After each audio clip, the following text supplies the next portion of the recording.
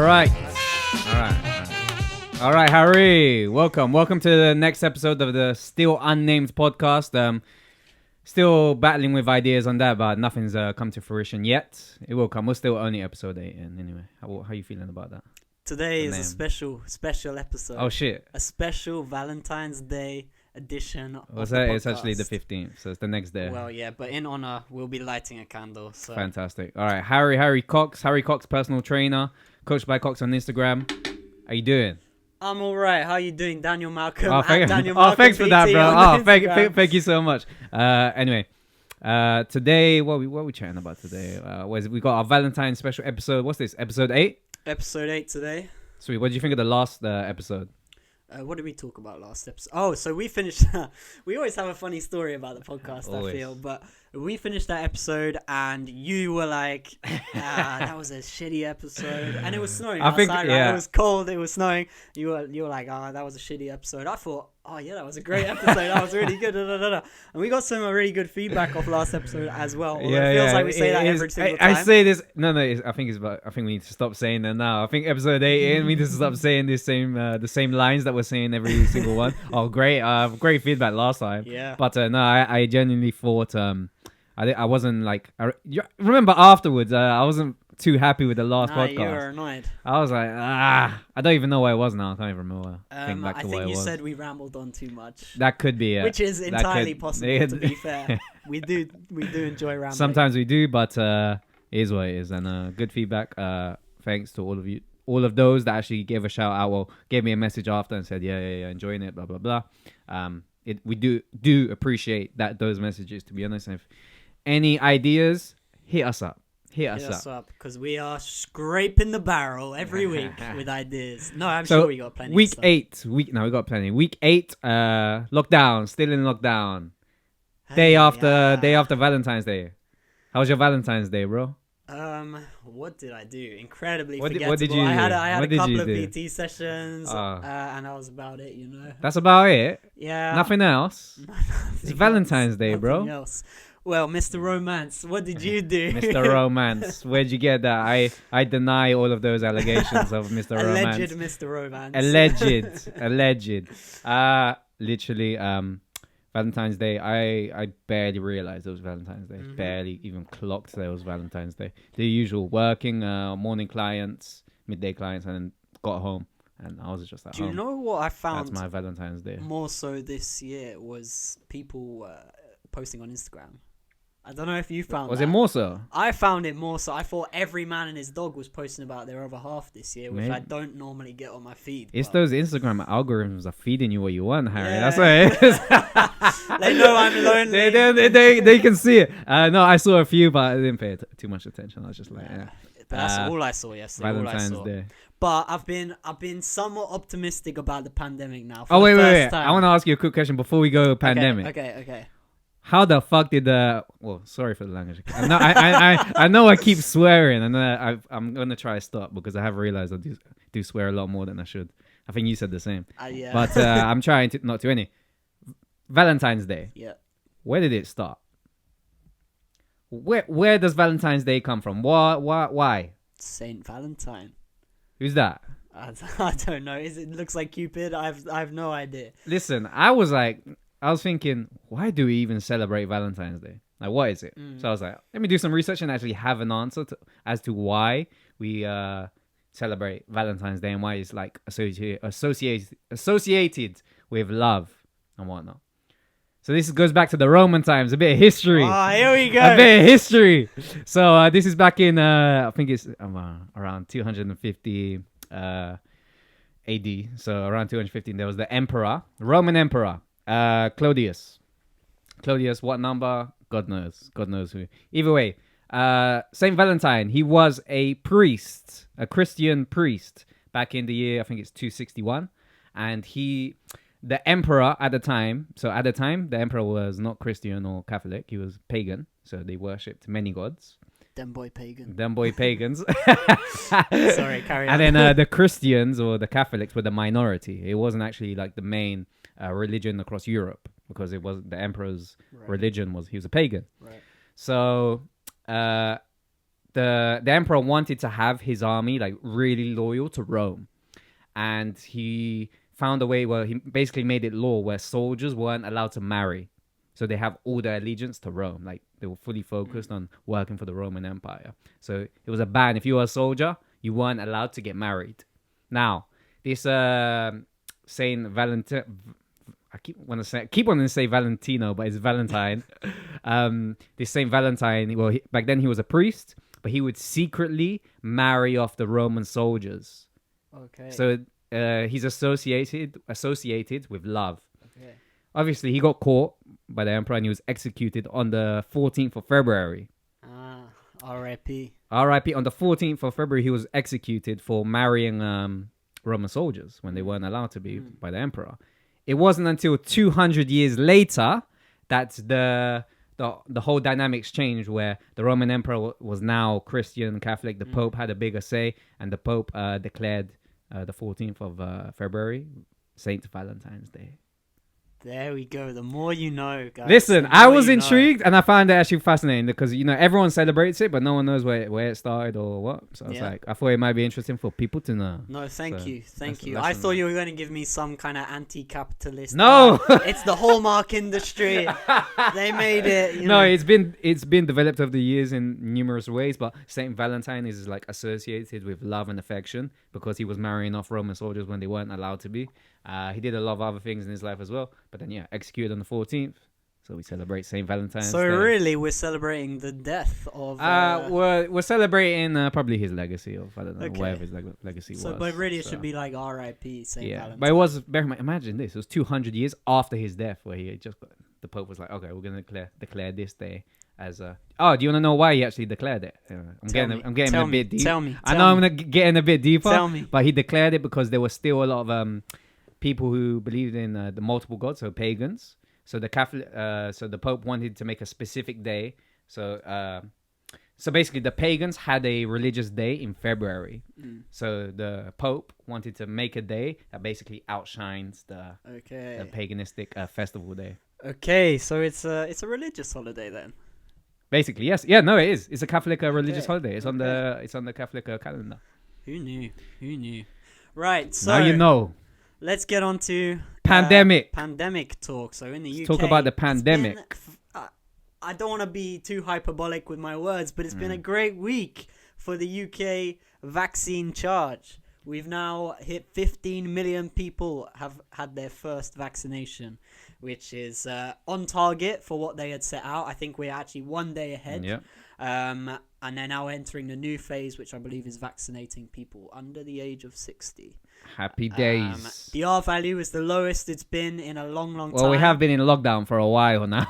We've been in lockdown here for a while. So it better have gone down, because if it hadn't, I'd be worried as hell. But it's sitting around 0.7 to 0.9. So it's below 1, which, according to their old rules, means shit should be open. But, read between the lines a little bit. So you said 15 million are now vaccinated or have had their first vaccine. From what I read, it's 22.5% of the population. Okay. That's what I've read. That maths adds up. It makes sense. Just put that in perspective. Because the population is 66 million here in the UK. Yeah. So it's promising. It's the first time I've actually really wanted to talk about COVID, because I'm so optimistic now about the way out. Okay. I see the light. I'm optimistic, which is probably charged by what's going on in Israel. So leading the way in the world. It's really difficult to draw comparisons given the population of Israel is so much smaller than the UK. 9 million. Yeah, I think you might be right. So that's basically London. Yeah. It's basically the same population as London. So they've had the entirety of their population vaccinated. The adult population vaccinated. A lot of them have had their second vaccination. Yes, 70%. 70 out of 100 have been vaccinated. Yes. And I've been keeping a close eye on Israel. And just some of the news that's kind of come out this week. They had more people under 60 years old were hospitalized by COVID than people over 60 years old. That's a crazy sign. That's a good sign. It's a great sign, but I'm like, is it really like that effective? Like to show it's that effective? Well, it's shown roughly about a 93% efficacy rate, which it's that Pfizer vaccine. Yeah. The tests showed about 95%, so Oxford's it's proving slacking. So here's the thing. I was actually having a discussion with someone today about the Oxford one. Is that it's coming out of a few reports of people like feeling feverish symptoms after getting a vaccine. I think that's not. But I don't think you get that with the Pfizer one. I think that's more associated. I think with the that Oxford I one thought that was associated with all vaccines. To be honest, possibly. Because I know someone who's had the Oxford vaccine. He was feeling rough for a couple of days. I know, but it was expected. But and then more stats from Israel. 0.1% of the diagnosed. I don't know where I'm going with this. So not many people were diagnosed. It was about 500 people, which I think is 0.1% if that adds up. Only 4 of which was severe hospitalized cases, no deaths from that. So it does look like it's working, but obviously we need to extrapolate that data into a larger population and a slightly more westernized culture. Listen, from this, what I'm seeing is I want that Pfizer vaccine. I don't want this vaccine. This is why I say I want the Pfizer vaccine. You want the one that's 60% effective, or you want the one that's 90% effective? Which one do you want? Because with the Oxford one, they're talking about you might have to have a third dose, a top-up dose. So they're already working on the third top-up. So you're gonna have to have 3 vaccines. I want to back my boys from Oxford to help I support hear the you. UK. I hear you. I hear you. You want to support the local business. You want to buy British, made in Britain. Otherwise, it bought in Britain. Whatever the slogan is. Yeah. Okay, I didn't mean to sound that Brexit, but you know what I mean. But on top of that, we've had promising things in terms of actual treatments for coronavirus. And Matt Hancock came out this week saying essentially that hopefully down the line, by the end of this year, coronavirus would be a treatable disease that we just kind of live with. So there was that, I believe it was an arthritis medication that ended up proving to have some efficacy against coronavirus, and they're developing other treatments as well. Just a quick one on Israel. As far as them easing lockdown, because they have been in a hard lockdown. As far as them easing lockdown, it looks like on the 23rd of Feb, shops and malls, gyms are going to be open. So that's next week? 8 days away. Wow. So that's going to be 8 days away. Because Israel and the UK, the health secretaries, they've been in close contact. So it could. I was reading. It could be the way that they're easing the restrictions might be the same. That we're going to ease restrictions. So we might follow the same path. So when you reach this amount of numbers, then you relax and you allow this and you allow this. So it was actually a really interesting article that I was reading, because they're talking about the relationship between the UK and Israel. The UK might follow suit of Israel and how they do things now. You have to bear in mind that Israel have had 70% vaccinated. We have a much higher population. So obviously it's going to take a lot longer for us to ease lockdown. So if we follow the same method that Israel are taking, this article was saying how if we follow the easing of lockdowns, gyms, sporting events, shops will have to open in late May. So if they're opening next week, but for us, because of our population, the amount of cases we have and all that calculated, ours is actually end of May. Well, listen, Bojo's already announced that in the beginning of March, schools will be opening, 8th of March, I believe. And if we're looking at kind of previous patterns of what we've done things in 3-week blocks. So you'd imagine 3 weeks after the 8th of March, we'll see non-essential shops opening, and then depending on what happens to the R value and the numbers of cases and how well the vaccination process is going, another 3 weeks might pass. But you have seen like they do want to do a lot slower. They want to open up a lot slower. Because they fucked up so bad last time. So it is what it is. It is what we are where we are. But all I selfishly care about is the gyms. Yeah. And amen.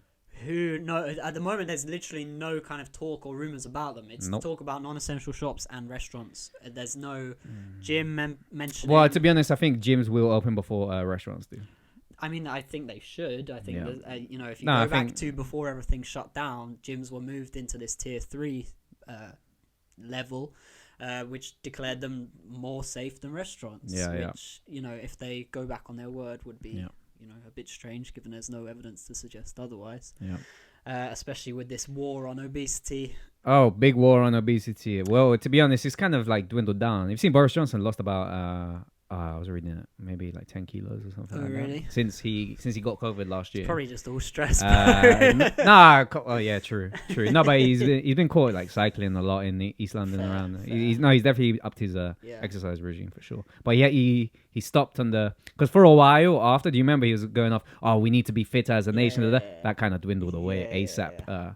Oh, well, you mean I got to exercise? What are you talking about, mate? That's crazy. Exercise, less pints. No, you're nuts, mate. More pints, more fish you're and nuts. chips. You're nuts, mate.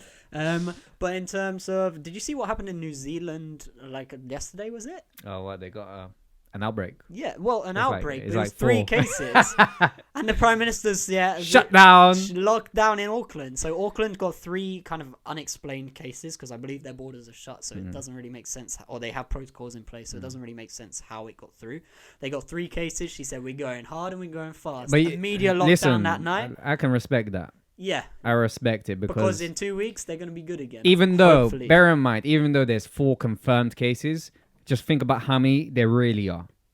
There really are. Fair. I always times it by 10. Honestly, I really don't think that they're catching, because if 1 in 3 people are asymptomatic, I really don't think they're catching most people. Point. Really and truly, I really don't think so. So like even the cases here, let's say yesterday I think it's like 10,000 in one day. Listen, in my head, I'm like that's gonna be around probably like 70, 80,000 total. Like I'm probably wrong. Maybe, I could be wrong. I hope you're wrong. maybe more towards the beginning of that pandemic, it was like that. Yeah. But maybe now you got to multiply it by 4, maybe. Yeah. Because I wouldn't say 10,000 cases yesterday. Oh, that must be accurate. That's all there is. No, it's gonna be way more. Way more. Of course, way more. Because the former health secretary, Jeremy Hunt, was talking about. I was reading this. He was saying now we need to wait until we get below 1,000 cases a day until we start easing restrictions. Now, the last time we had less than 1,000 cases a day was August. We were hitting that eat out to help out. Yep, eat out to help out. Jeez. I didn't even use that. You didn't use it at all. I was using it man. on a daily basis. I was getting a nice poke bowl down the road for like £5. Poke Why bowl, not? huh? I love a poke bowl, you know. It's like sushi in a bowl. Where do you see life after COVID going though? Like, do you think after COVID? Do you think we've got this spring back? The economists have been describing it as like a loaded spring. So, it's pressed down, and as soon as everything kind of eases, it will go back up, and the GDP and everything will begin to rise, and we'll see economic growth again. It's too hard to predict these things. I'm not really sure, to be honest. Well, what do you think? How about socially? Like, do you expect people to be going crazy? I expect people to be going nuts. So I read an article on... and wait, why do I expect people to be going nuts? Because I want to go nuts. That's why. Because I want to go nuts when these lockdowns... Honestly, I want to go on a mad one when... and I know everyone I speak to is feeling the same. Everyone's feeling the same. Everyone I speak to is feeling the same. They want to go nuts. Well, and I would say I'm probably more controlled than other people. Other people just want to go...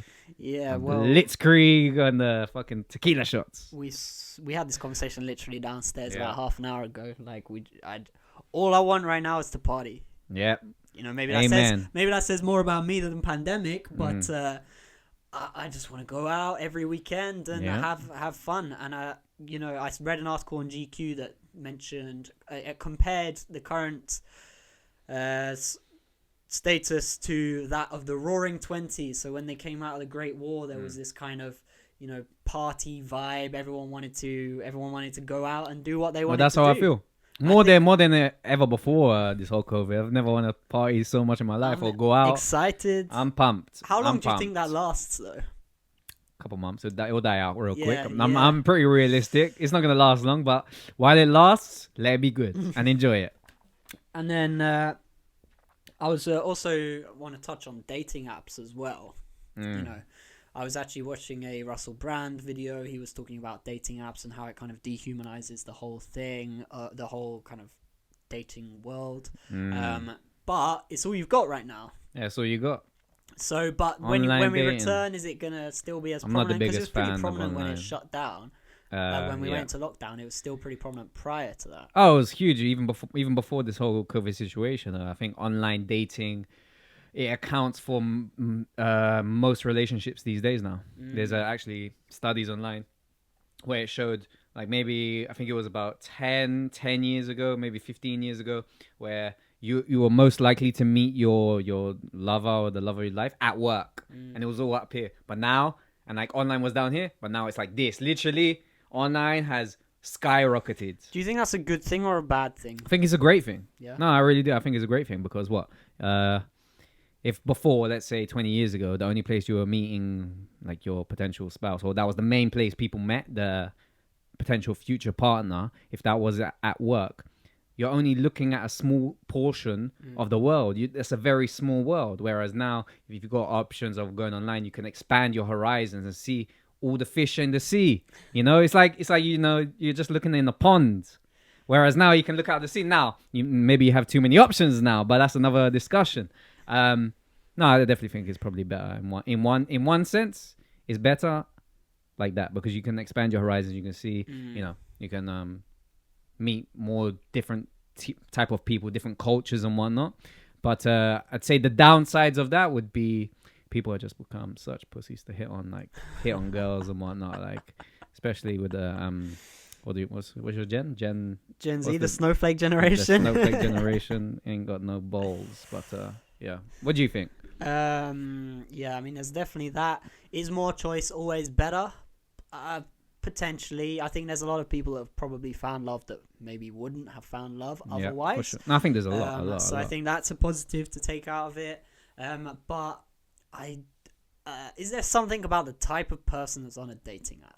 You know, because let's remember, not everyone is on a dating app. You know, there are certain people that maybe think they're above dating apps, or certain people that don't need dating apps because they're getting so much anyway. Like, so maybe I don't know if the type of person I would want to be with is necessarily on a dating app, if that makes sense. I don't think that that would be an issue that would bother me. Let's say your future wife in 10, 15 years from now, whatever. What, she was on on an online dating app. Why not? Like, it's the norm. For me, it's not a factor. It doesn't matter to me. I see it as a social norm where people are on online. Like, I've got so many friends that have met their partners on dating apps. It's more common now than ever. Than ever before. It's more common. Do you feel like losing that kind of meeting story is... For sure.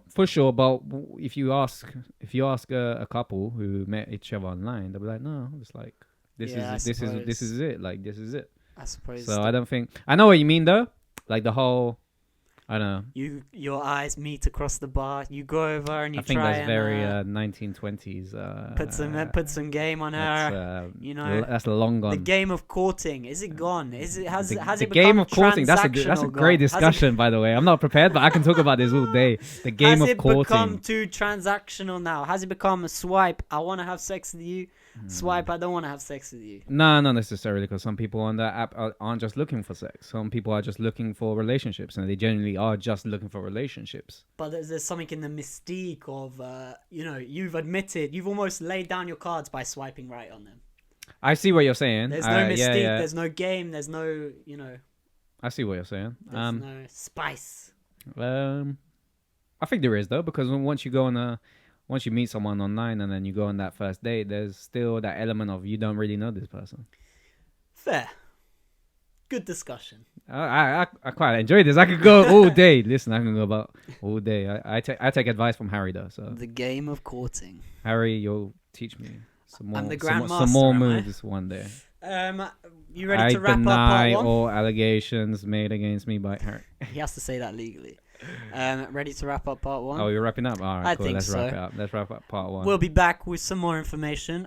Done now. About alcohol. Are we talking alcohol straight away? Cool. No worries, mate. Let's do this. See you in a minute.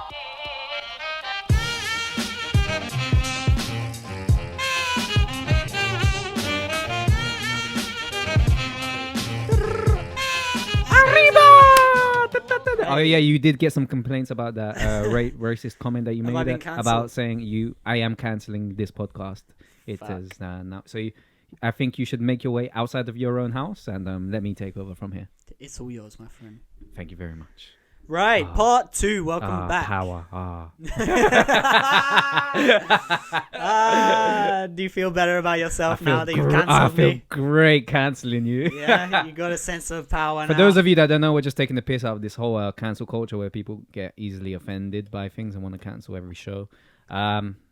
That's another We'll discussion. talk about it another day, maybe, if we grow some balls and. My balls are here already. Alcohol. Alcohol is bad, okay? What's your go-to beverage of choice? Hey, what's my go-to? Let's get... All right, what are we talking? Where are we talking? Give me a situation. Give me a situation and I'll tell you. You are pre-drinks. Mm. You're going out to the club later, but you're chilling with some friends first and foremost. Give me a bottle of Peroni or Birra Moretti. I'm a Peroni guy. Okay. I'm the Italian beers guy. That's what I am. Or Nice. we can go Estrella Damm, which is the Spanish beer. He's showing off now. I'm not even showing off. I worked in this. I know a lot of Yeah, beers true. because I worked in this. I worked in the hospitality industry for many years. I know the industry well, so I know my alcohol pretty well. And I also not only just know that, I also know the drinking habits of people here in the UK. I've seen it firsthand. Yeah, Bevs, lads. Yeah, I could talk all day about this, but yeah, pre-drinks. Give me a Peroni, mate. Yeah. I'm a Peroni guy. How many you having? How many? It depends. I'm a How many lightweight. bottles I'm a big lightweight when it comes to alcohol. I don't drink alcohol regularly. That's not my thing. It never really has been. I think more so British people drink a lot more than I. I'm definitely below average because I don't drink that much. So I'll get drunk pretty fast. What about you? Pre-drinks. What's your go-to? You know what my go-to No, is, but tell me what your go-to is. So a glass of wine, my friend. Whoa. You know, What kind of wine are we talking? I'm being experimental at the moment. I'm trying different flavors and seeing what I like. You know, I've been on a red flex for a while. You know, Red wine, yeah? yeah, red Okay, wine. My good okay. friend here introduced me to the world of Barolo. Oh, Barolo. So anyone who out there wants some good red wine, Barolo's not even a sponsor, but hey, you know what? It's whatever. It should be. But Barolo's probably my favorite red wine, and It's just so smooth. it's fucking Like it's bloody there's good. no after. You just taste Bloody it, and good. it's just like a drink. It's a bit more of it's a little bit more expensive than the others. Just a tad. Just a tad, but it's worth it for sure. So for those of you, next year Valentines, Barolo with your loved one. We've got you. Got you Maybe we covered. should have shared a bottle of Barolo. Maybe we should have during the right now. podcast, yeah. Right now, it would have been great. Fuck, missed opportunity. But you did buy Saint Emilion, Saint Emilion. which is honestly I'd put that as my second. I would have gone to it as my second. You weren't happy about it, but I was upstaged by the Barolo man. Sorry, I had to anyway, bring the Barolo. story for another day. Story for a post. And those of you that don't know about wine, it sounds really pretentious. Like when people talk about wine, you have no idea. Yeah. Like the differences in wine are very minute. Everyone has their own favorite. Don't get caught up in the people who are overly like, oh, you haven't had this one. Oh, I've had this one. Because I've been in that world as well. And it's bloody annoying. Oh yeah, I taste the bubble gum in this red wine. Fuck off, mate. No, you don't. Honestly, I've been to a lot of wine tasting courses, a lot, and I'm there tasting. And I'm like, man, bullshit. You don't know. This doesn't taste like bubblegum. This is just red wine. It's a very average medium red wine. No, but Sorry, went off. I kind of enjoy that element of wine though. I quite enjoy the like prestige and status that comes with drinking a nice bottle of wine. Like I don't know, but I've recently starting to transition to white a little bit, a little bit more acidic. However, I'm enjoying the taste. I'm enjoying the fruity flavors. The Chardonnay and the Sauvignon Blanc. Chardonnay. Oh, you are. Is where I'm at. You like the the moment. Chardonnay? You know, but I'm still, I'm just trying different glass. A lockdown's a great opportunity to just become an alcoholic, basically. Fuck it. No, but just trying different flavors, seeing what I like. But I'm a wine guy at heart. I'm not much of a beer guy. All right, if we're in a club, what are you drinking? The reggaeton is on. The reggaeton is pumping. What are you drinking? Whatever's on the table. Whatever I can steal from someone's table. No, but it's spirits all day. Yeah. Spirits and diet mixer all day of the week. Diet mixer, Especially, listen, if I'm trying to keep in check, wine is a sitting down drink. If I'm sipping wine in a club, that's just gonna get bad. It doesn't go well. Spirits in the club, diet mixer always. Per shot, you're looking at about 100 calories. 100 calories in spirits. So, let's actually tell people about this. So, people obviously don't know. People that are looking to stay, lose weight, but also drink alcohol at the same time. Difficult, but here's the thing: alcohol is fucking a great time. Like alcohol's a great time. You can still tell the future, but you don't care as much. Is how Jordan Peterson puts it in his book. Like, there's no denying a lot of experiences are enhanced for the majority of people with some kind of a beverage in the system. A beverage. So that's why you might not want to eliminate it when you're on a diet, right? It's you could go cold turkey is option 1, right? What do you think about going cold turkey in terms of drinking? Well, it depends what place you are coming from. If you're coming from drinking very regularly, and it's like maybe 2-3 times a week, going cold turkey is simply not going to work. For most people, it's not going to work. I wouldn't recommend that. I would first and foremost recommend cutting down. And we've got to start somewhere on cutting down on the alcohol calories. Have to start somewhere. Whether it's cutting down or changing the drink. What do you think? So behavior change 101. Let's not go 0 to 100.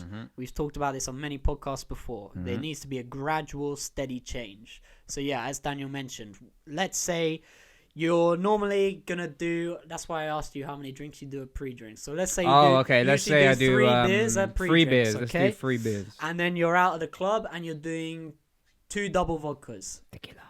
2 double tequilas then. Fuck it.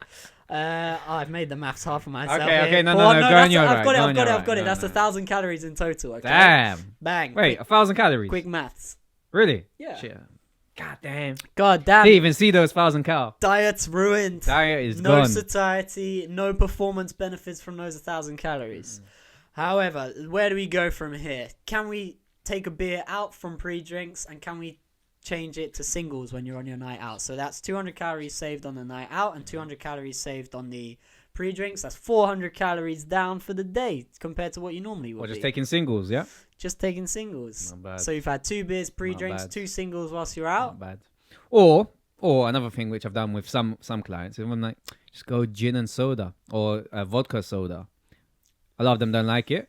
So then I'm like, all right, gin and slimline tonic is going to be your best bets. Yeah, I mean, listen, I'll always go for like a vodka Diet Coke. It's easy, it's low calories. It's not, usually doesn't fuck up my stomach as much as well. With whereas beer beer messes me up. Beer messes me up big. It's also a clearer alcohol as well. So if you're talking about health, it's the dark alcohols have these things called something beginning with C. I can't remember. I'll refer to my notes in a second. But the dark alcohols have more presence of this thing. It is called congeners, which is like a toxic chemical, basically. Okay. So your darker alcohols, your whiskeys, your red wines, your dark ales tend to have more of these congeners in, whereas your lighter ones, your whiter wines, but mainly clear spirits are going to have less of that. So if you're taking care of your health, a clearer spirit is usually a better option. It's a better sign. In terms of that. Less calories as well. Exactly. So where were we talking about calories? So that's option 1. Option 2 would be changing the drink, which you mentioned. So rather than going for beers, which are roughly, you've just informed me, about 200 calories. It's going to vary. It varies, but I find the darker ones, like the dark ales, tend to be more calorie dense than like a Corona or something like that. Don't drink Guinness. Lord have mercy, don't drink Guinness. Nah, otherwise, it's a bad time. It's a wrap. For the entirety of your system. It's a wrap for your goals. If you're trying to lose body fat, stay away from that Guinness. That's a meal. It's big time. It's like people know it as well. Like it's people know I'm having dinner. I'm having dinner. I'm having dinner. I'm having a Guinness. I'm having dinner right now. That's how many calories are in Guinness. No, but that's why I'll always go for like a clearer, light, like a vodka diet mixer is always easy, or a gin diet mixer. And I think a lot of people like gin as well. You can get different flavored gins, your pink gins, and all that shit. So that's where I tend to go with that if I'm trying to save calories. But I'd say now is a really good opportunity to go cold turkey in lockdown because there is no social pressure. Yeah, that's very true. Social pressure is a big one when it comes to alcohol. I didn't even know that down, but now you said it. Social pressure is probably up there with what causes people to cheat on the calorie intake more than anything. Social pressure in, come down for some drinks. Oh, come on, don't stay on your diet. Come for the girls with some night out, tequila all night. Da da da. This is just if your goal is really to lose body fat, stay in shape, you don't want to be going too over your calorie maintenance. You really don't. Or if you are going to, plan for it. Yeah, Like, plan ahead. So if you know, we've said this many times. If you know you're gonna go out tomorrow night and you know you're gonna have a few drinks, plan in before. So during the day, eat lighter. damage limitation. What What do I say to you usually if we've ever gone out, like, to have drinks that day? I've probably I've worked out, Yeah. which can mitigate the effects of alcohol quite a lot. Mm-hmm. B, I've drank a shit ton of water, like I've overcompensated because I know that alcohol is gonna dehydrate me. And C, I've eaten a lot of low-calorie, micronutrient-dense foods. Your salads, things like that. Making sure I'm getting lots of greens in, lots of different vegetables and fruits, and keeping the calories relatively low.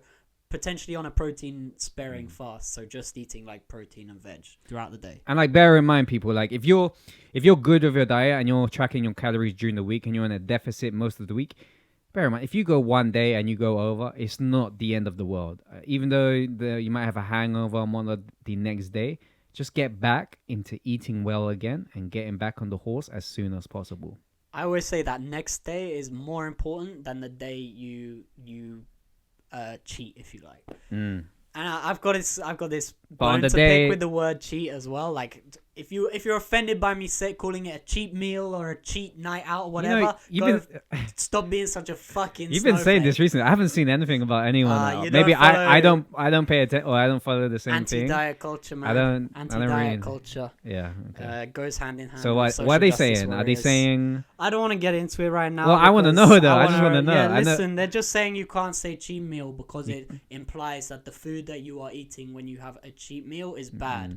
But here's my argument against that is that if you've got to look beyond the word and you've got to look at the intention behind the word. Cheat it's simply a definition at this stage. It's been made up by bodybuilders in the early noughties, or even before that. Even people like back in Arnold's day, 60s, 70s, 80s bodybuilders say, "Oh yeah, I'm gonna have a cheat meal." Gonna have a cheat day, yeah. But it's not. I don't know. It's because of anti-diet culture. Anyway, get to the cheat meal. I don't have a problem with saying cheat meal is the bottom line, and I don't think you should either, because I think the intention behind the word. Because then what people end up doing, here we go.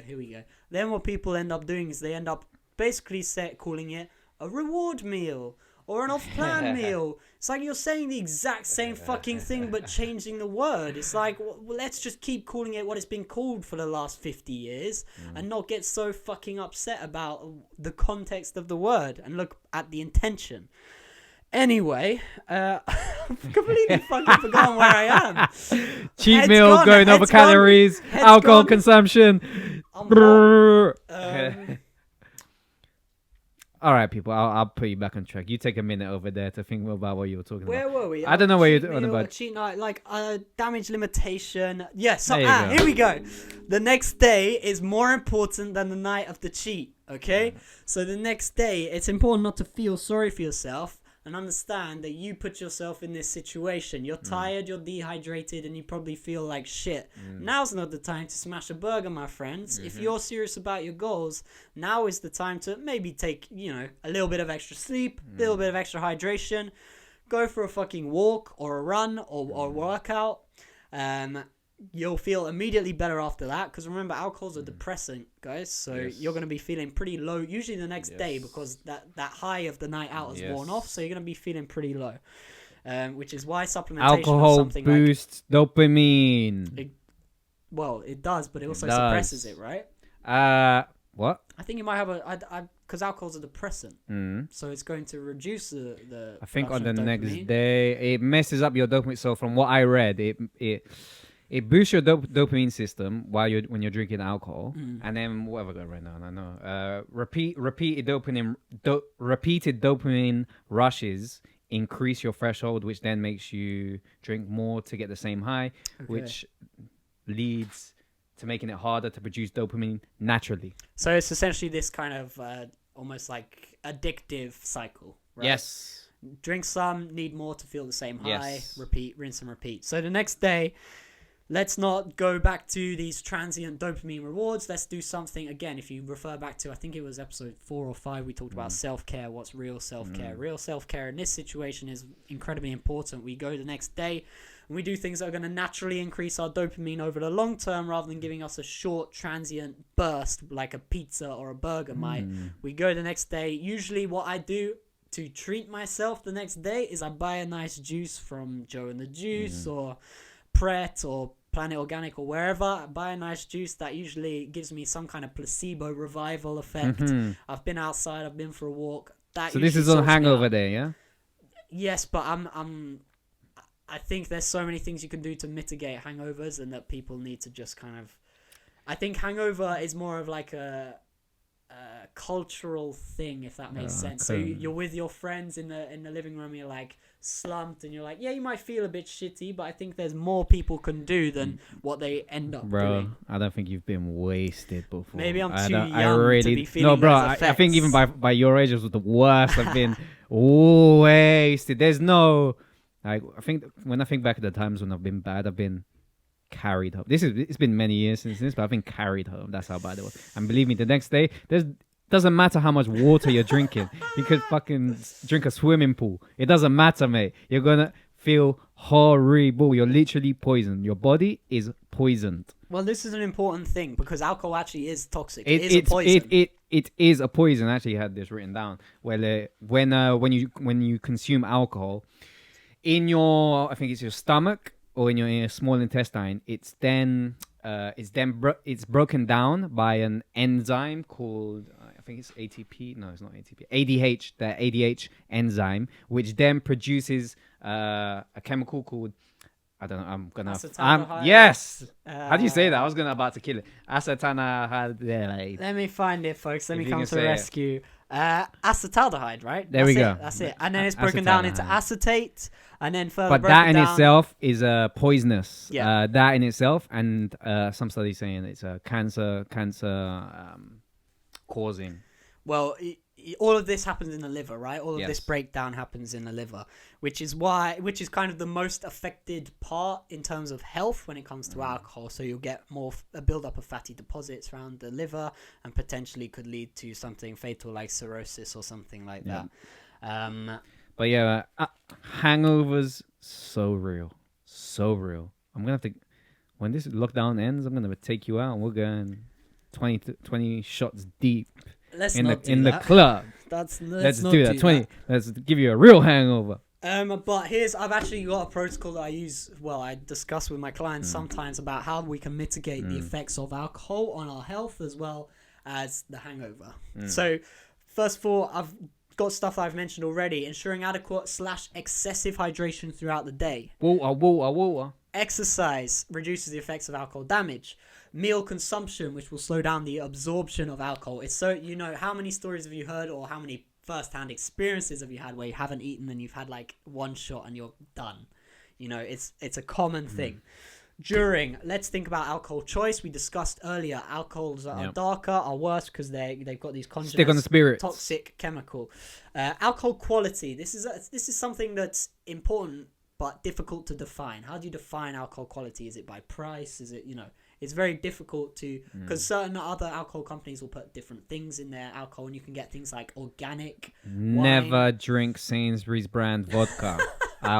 This is my biggest advice to you. This is what I offer, guys. Don't drink Sainsbury's brand vodka. Real life advice. This is real life experience.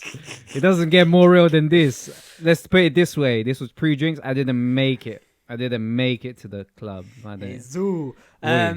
I've actually written down here water between drinks with a question mark, because guys, I never fucking do this. I never do water between drinks. Maybe one water round, but you know how people talk about doing the alternating thing? Everyone knows it's the thing you should do, but it kind of kills the high and it kills the buzz. How do you feel about it?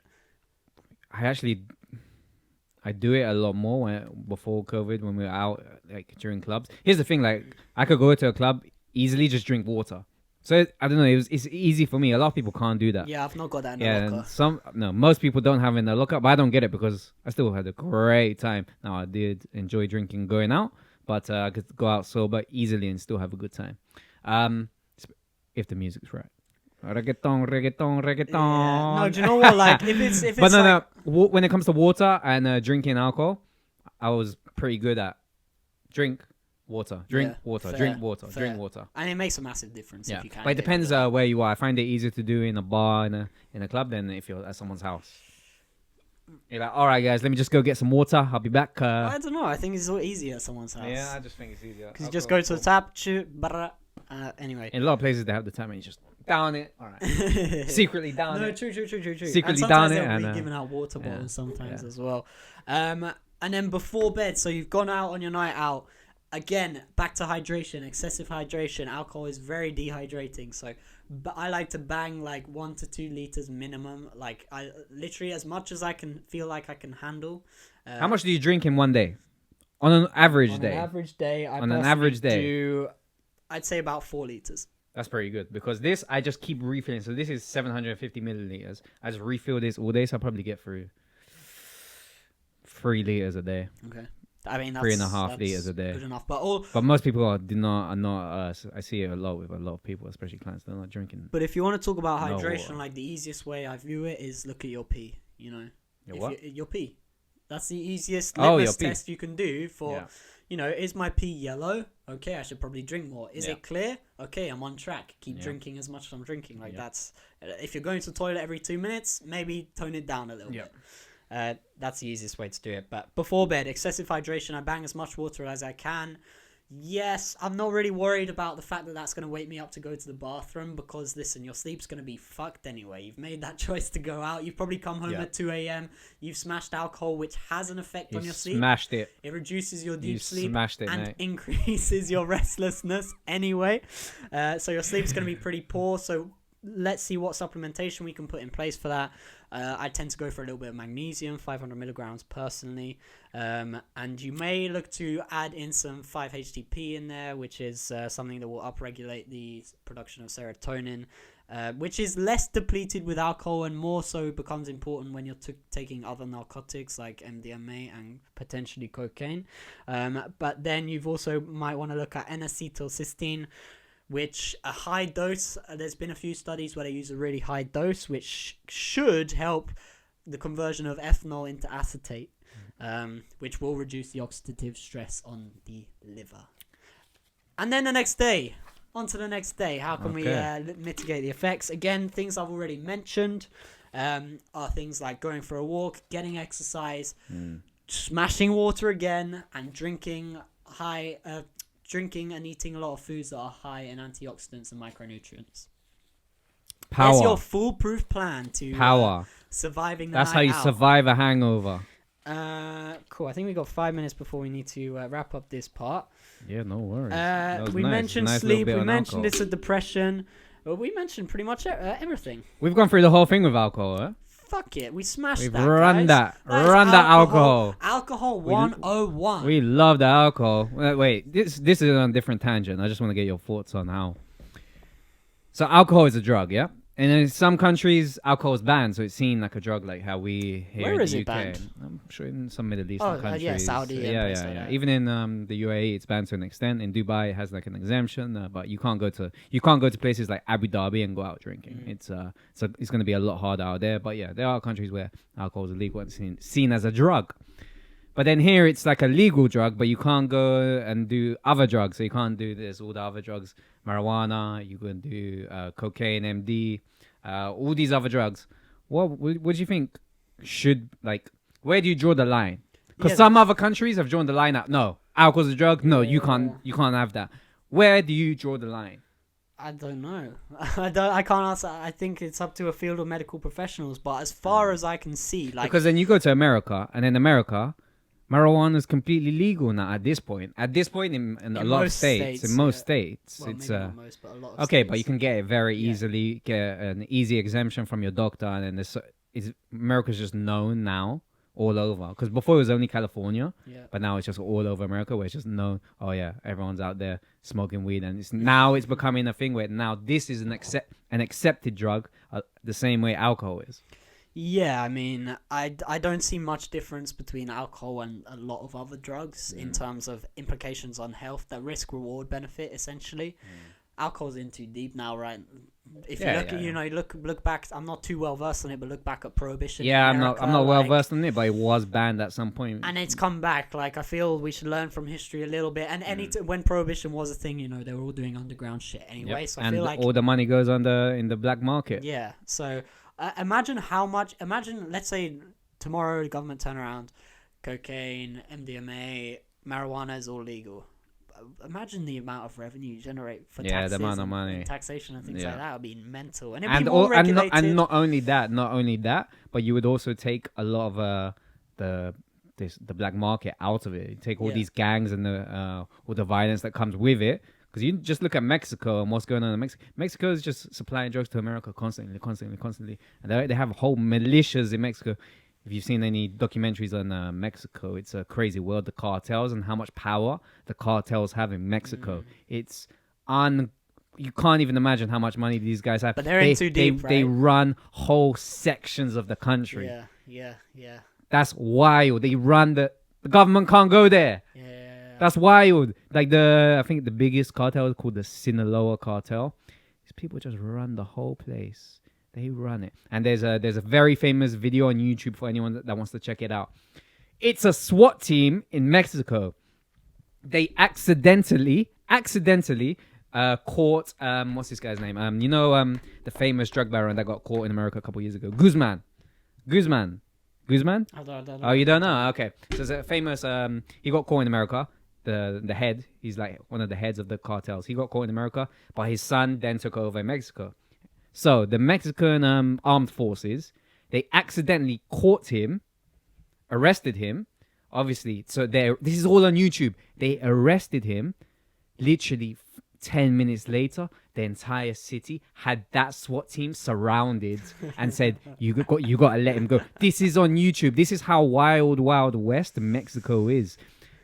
The police caught probably one of the biggest guys by accident. They caught one of the biggest drug dealers in Mexico, drug barons in Mexico, had to let him go because the cartel came around with big guns and said, "Let him go, you're all dead."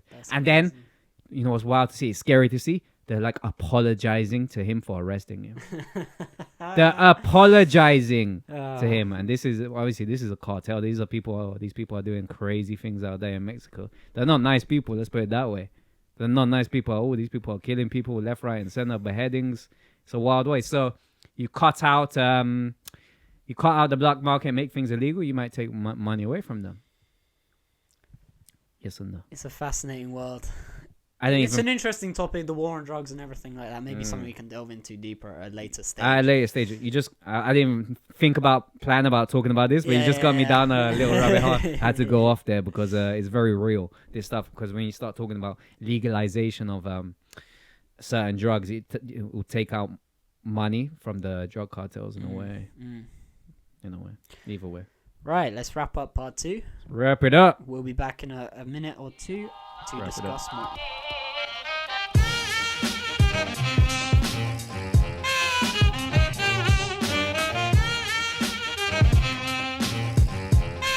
Arriba! And we're back. Arriba! Welcome to part 3. Welcome back. If you made it this far, you're a true fan. You're an OG. You're an OG. DM Daniel. Yeah, DM me, message me. If you're enjoying the podcast, let me know. Let us know. Any feedback or any subjects that you have in mind that would be interesting. We cover many different things. We try to relate it back to fitness. Sometimes we go a little bit more political. Sometimes we talk just in general chit chat, and sometimes we just talk a load of nonsense that we find funny. That's the beauty of this podcast. That's the beauty of this podcast. Don't forget you're cancelled from this podcast. Yeah, man. Sorry. Don't forget that. Right, part 3. What are we talking about? Is it this book in front of you? Are we talking about this? All right, we'll go straight into this book. So this book is by Robert Greene. It's called The 48 Laws of Power. Now, you've got a tiny version. Yeah, this is the concise version. This is small. I feel ridiculous even holding that in the camera. Because the original's like 400, 500 pages, something like that. Quite thick, normal size book. Yeah, so Robert Greene is an author that I've been interested in for a while. So I've had his mastery book. I bought this, it's got to be 10 years ago. And the whole book is on the basis of like how people have mastered skills and how people master skills and the different ways that they do it. And it's a very deep, deep book. And he goes very deep into this subject. He's very well researched and he's actually a very good writer. Now, He's nicknamed as like the modern day Machiavelli. Oh, really? It's very dark. Yeah, he's the modern day Machiavelli, Machiavelli. For those of you that don't know who he is, it's like a guy from back in the days in Italy, in Florence. He was in the midst of the whole power struggle between the Medici family and I can't remember the other name of the family, but he was just watching how people use power, especially in politics. The dark ways people use power to manipulate people and to make things happen in a way. Which is the basis of this book. Which is the basis of this book, which is called Power, the 48 Laws of Power. Now, if you look into this book, it's very dark, but it's very entertaining. Like, I love this book just because it gives you an insight into how, leaders of the world and politicians really think. Not all politicians, but some of the ones who are a bit darker, these guys who have other motives. Yeah, I mean, the way I like to phrase this book to anyone who doesn't know is it's almost social intelligence 101. Yes.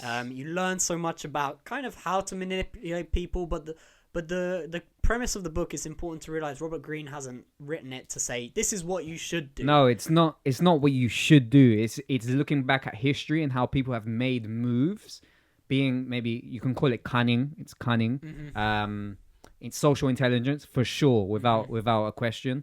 But how people have used these ways, and it always goes back to history to look at examples and many examples. Yeah, I mean, it's although it's called 48 Laws of Power, I wouldn't take everything as concrete and be take it with a pinch of salt. And he's not saying do these things. What he's saying is these things happen, be aware of them. But if you look at the laws, some of these laws just sound so sketchy. Makes you sound like an asshole. Law number 3, conceal your intentions. Yeah, like it's very even especially when you get towards the back as well, like 40 and stuff like that. Like they're all very crafty. Law number 2, never put too much trust in friends. Learn how to use enemies. Yeah, like how crazy does that? Like it makes you sound. I love this book though; it's hilarious. But it's not hilarious. It's just the truth. Yeah. Like it's really useful information to know. Law number 15: crush your enemy totally. No, so have a read through. Have a read through. Now, this book was actually banned in prisons. Did you see that? Really? Yes, they banned this book in prisons. That's because crazy. if you start reading through it, it might you understand why the more you read into it. Robert Greene is a great. I encourage people to go just look at interviews of Robert Greene. He's a very interesting character. That's where I'd start, because that gives you a bit more context behind the book as well, about how to use the book as well, not necessarily to become the massive asshole you would if you followed all 48 laws to a T. But it's a fantastic book. So you've started reading this? Yeah, so I've got the audio book, and then I've got the concise version, because it's one of those things where you just kind of want to read back on the rules and the laws that he's set out as a reminder. Daniel's mentioned reading and skimming and things like that before.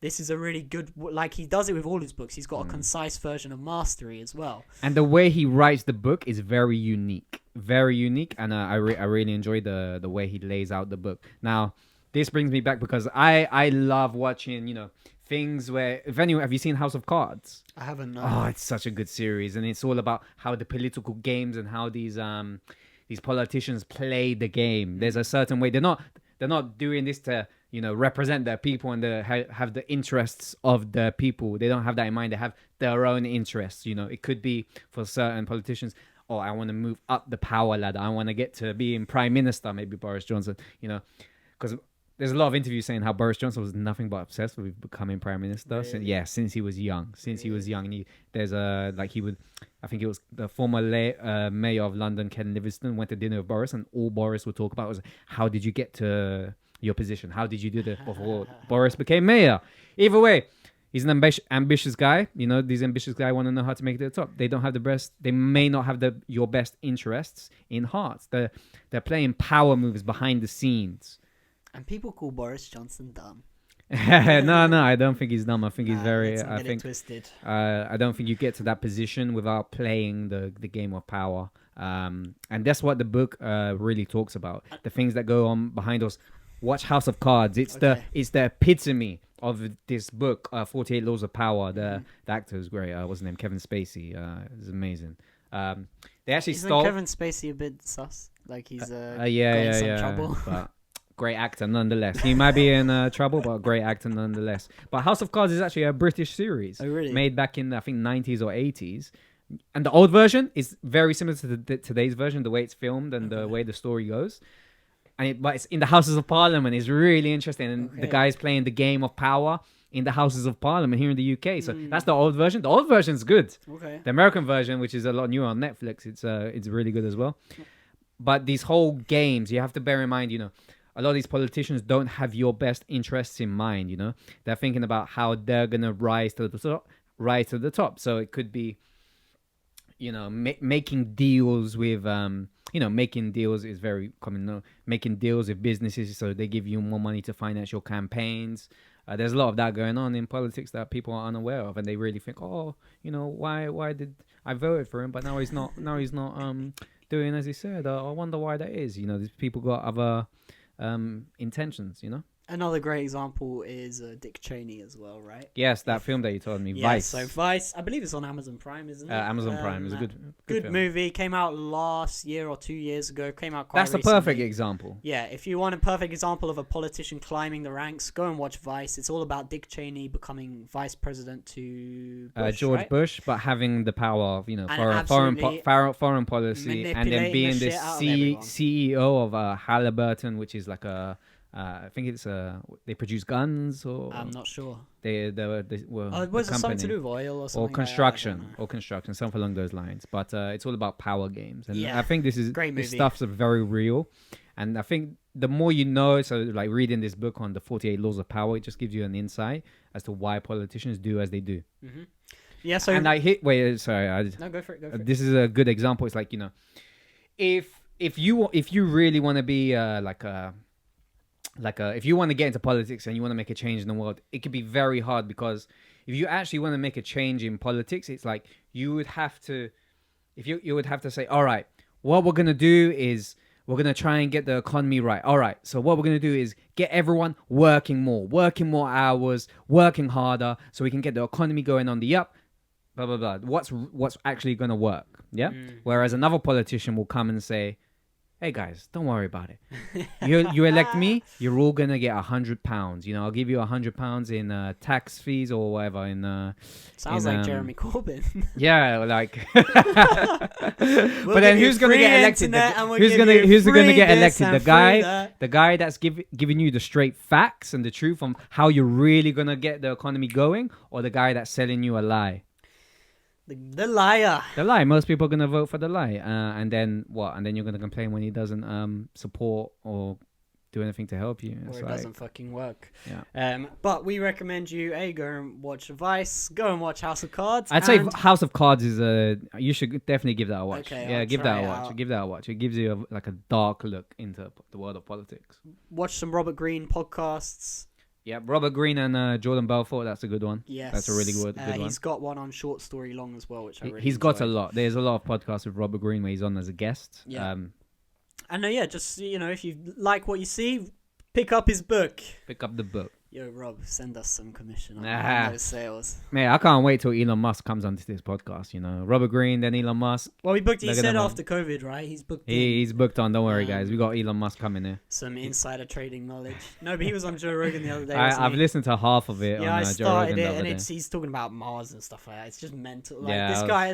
But what I works. found most interesting was how normal he was. Like how having a conversation. Obviously, he's nowhere near normal in terms of mental capacity, but in terms of having a conversation with Joe Rogan, it's just like, this could be any normal guy. Yeah. Anyway, besides the point. Yeah. What do you got next for me? What do you want to get down? We got down organic food. Let's talk. You want to talk organic food? Organic food. The organic food market is up 12.9% since 2019. What do you make So of that? during COVID, everyone's gone organic. Well, a lot of people have gone organic. Why? Why do you think? More concern for health? Yes. One reason.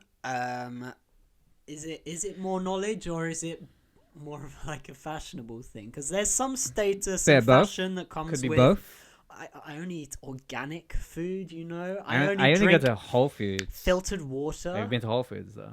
It's lit. confession, guys. Whole Whole Foods Foods is my is lit. favorite shop in the whole world.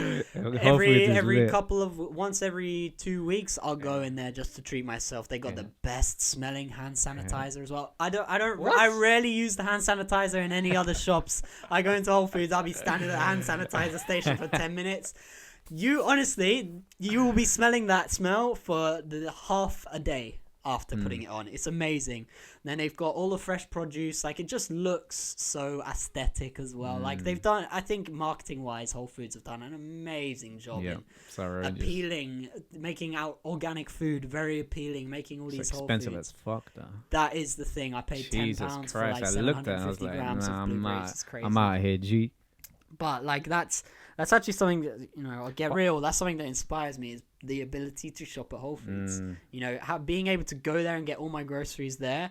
You know, they've got a butcher's, they've got a fishmonger there. You could get all of the, you know, fresh ingredients. I have no doubt that it will make a huge difference to your health if you shop there versus shopping at Tesco, Sainsbury's, any other big going retailer. organic. Now, I'm talking as someone, I don't go out of my way and buy organic. No. That's something I do not do.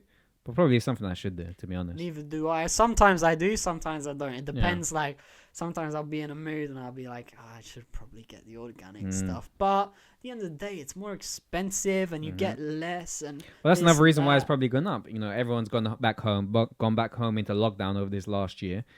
More health conscious, and then plus have more cash that they're not spending at lunchtime at Leon. Because, you know, I have a friend, and I think she saved something like over $1,000 on Leon or something crazy. Something nuts like that. Because, you know, when you're working at the office, you go out for lunch, you could be spending £8 a day.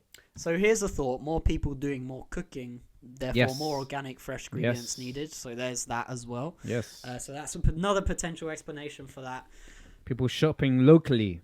I'm all for that, by the way. I was actually thinking about this recently, which I don't actually do. I did I remember when I lived in Shepherd's Bush years ago. I'd always go to Shepherd's Bush Market just because, first of all, it was a lot cheaper, but second of all, it's like I'm spending my money instead of giving my money to the big corporations of the supermarket. I'm saying fuck you to the man. I'm saying fuck you to the man. I'm like, fuck the system. Let me go help. Support No, really. Businesses. No, really and truly though. Let me help out the guys at the local. And it's like, that's so noble of you, bro. No, it's just at the time it was very convenient. Even to this day, I buy my bread now. I'm very particular when it comes to bread. I love my bread. I go to the bakery up in Hammersmith just to get my bread for the quality mainly. It's I like nicer bread. I can't go back to supermarket bread, but I do feel like, you know what, I should do this more because you're actually helping out like a smaller businesses. I think helping out the smaller businesses, especially now after the hospitality sector, coffee shops, I had such a tough time over the past year. I think when I go back, things open up again. I'd like, you know, just do the small things like going to have a coffee at a small coffee place. I know you're a Pret guy. I cancelled my Pret subscription because I'm like, I'm done in that place. First of all, they're not even open. Actually, big news, right? They took the smoothies and the frappes off the fucking subscription. I got that email. And you know what? I cancelled a couple of days later. Not because of that, though. That is outrageous. That is outrageous behaviour. So what is this, though? It's £20. You pay £20 a month for a Pret a Manger subscription. You get 5 coffees a day. Every single day, which is crazy to think about, honestly. Yeah, £20 a day, but no, £20 a month. £20 a month, and you get unlimited coffee, basically. Pretty much. You're not gonna drink. If you're having more than 5 coffees a day, you got problems, bro. Yeah, go see someone. Go see a doctor. But no, I'm like thinking, you know, I like my instant coffee anyway. So when I do go back to coffee shops, I'd rather go help the little guy out. It adds up, though. Maybe do that with my food, because if I go to food markets, vegetables actually are so much cheaper. It's insane. Yeah, this is the thing. Like strawberries or blueberries in Waitrose or Sainsbury's could be 4 or 5 quid. You go to the market, it could be 150 or a pound. I find fruit generally the market does much better. But So it the has- little things like the coffees been- add up, you know, going to Planet Organic and Whole Foods versus Tesco and say that shit adds up quick. Yeah, but do this if you can. If you got the money and it's local to you, I'm gonna try and make a mental effort of going out and buying from. Big them. goal for me next year is No, to have honestly. a level of income that Yeah, allows me have to do an that, income that essentially. allows you to actually help smaller businesses in your area, as opposed to helping out the man. Screw the man. Screw the man. As Jack Black said in School of Rock. Have you seen that movie? No, yeah, it's been a long time. Good It's movie, been a great long movie, time. great It's movie. been a long time. You got anything else for me? I think we can wrap that up. Let's wrap it up, guys. Wrap it up. Special Valentine's episode. Valentine's episode. There we go. Candles. We are out of here. Give us some feedback. Daniel Malcolm, personal trainer. Give us your thoughts. I realize I never look at the camera when I do this. We hope you enjoyed it. We did. Yeah, I enjoyed this one. This one was good. We'll get this uploaded today. It's the 15th of February. And we'll see you next All week. right, we're out. Ciao.